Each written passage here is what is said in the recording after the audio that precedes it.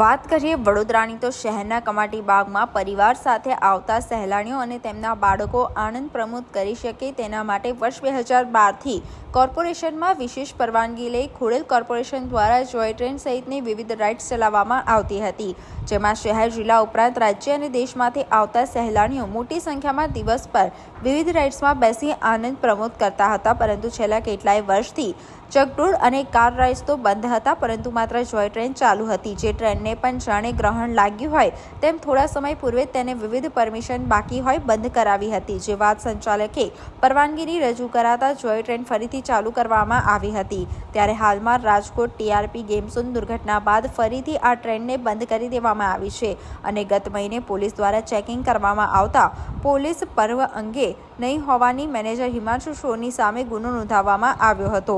તો બીજી તરફ હિમાંશુ સોનીએ જણાવ્યું હતું કે અમે ગત મહિને જ ફરીથી જૂની અરજીને આધારે પરવાનગી માટે અપ્લાય કરી છે, પરંતુ પોલીસે હજુ સુધી કોઈ પણ જવાબ આપ્યો નથી. એના માટે આપણે જે 2019માં હું પોલીસ ભવનમાં અરજી કરેલી હતી લાયસન્સ શાખામાં. 2019માં અરજી કર્યા બાદ આપણે ત્યાં જરૂરી જે દસ્તાવેજો હતા એ બધા અમે સબમિટ કરાયેલા હતા. સબમિટ કરાયા પછી ત્યાં આગળ સયાજગંજ પોલીસ સ્ટેશનમાંથી અહીંયા આગળ ચેક કરવા પણ આવેલા હતા. ચેક કરીને આગળની પ્રોસેસ પણ કરેલ હતી અને ત્યાર પછી 2021 સુધીમાં લાસ્ટમાં પ્રોસેસ ચાલી હતી અને ત્યાર પછી ત્યાંથી કોઈ નિર્દેશ કે ના આવ્યો હોવાથી એ આપણને મળ્યું નથી. એ વાતને પણ 5 વર્ષ પૂરા થઈ ગયા. 2019 ના આજે ચાલી રહ્યું 2024 5 વર્ષમાં ફરી એક વખત અરજી કરવાનો ખ્યાલ નહીં પડ્યો, કારણ કે જ્યારે બાળકો આવતા હોય પાછી આપણે અત્યારે 5મા મહિનામાં ફરીથી પણ અરજી કરેલી છે અને એ પ્રોસેસમાં હતી, એટલા માટે આપણે બીજી વખત અરજી નથી કરી. અરજી કર્યા પછી એનું ફોલોઅપ લેવાનો ખ્યાલ હતો ખરો? કારણ કે ફોલોઅપ ના લઈને તમારી અરજીનું સ્ટેટસ શું?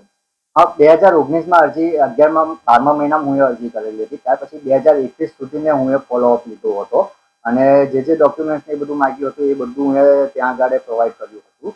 એટલા માટે કરીબ 2 વર્ષ જેવો સમય તો હું ફોલોઅપ લીધું હતું. 2019માં આપણે અરજી કરી, બરાબર? 2013 થી આપણું ગેમ ઝોન ચાલી રહ્યું છે.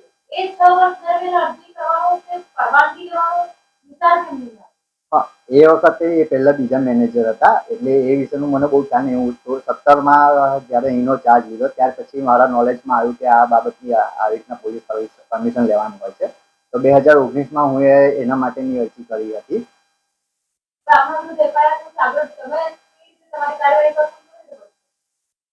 હવે જોઈશું આગળ શું અમારે ઉપર અમે વાત કરીશું પછી ઉપર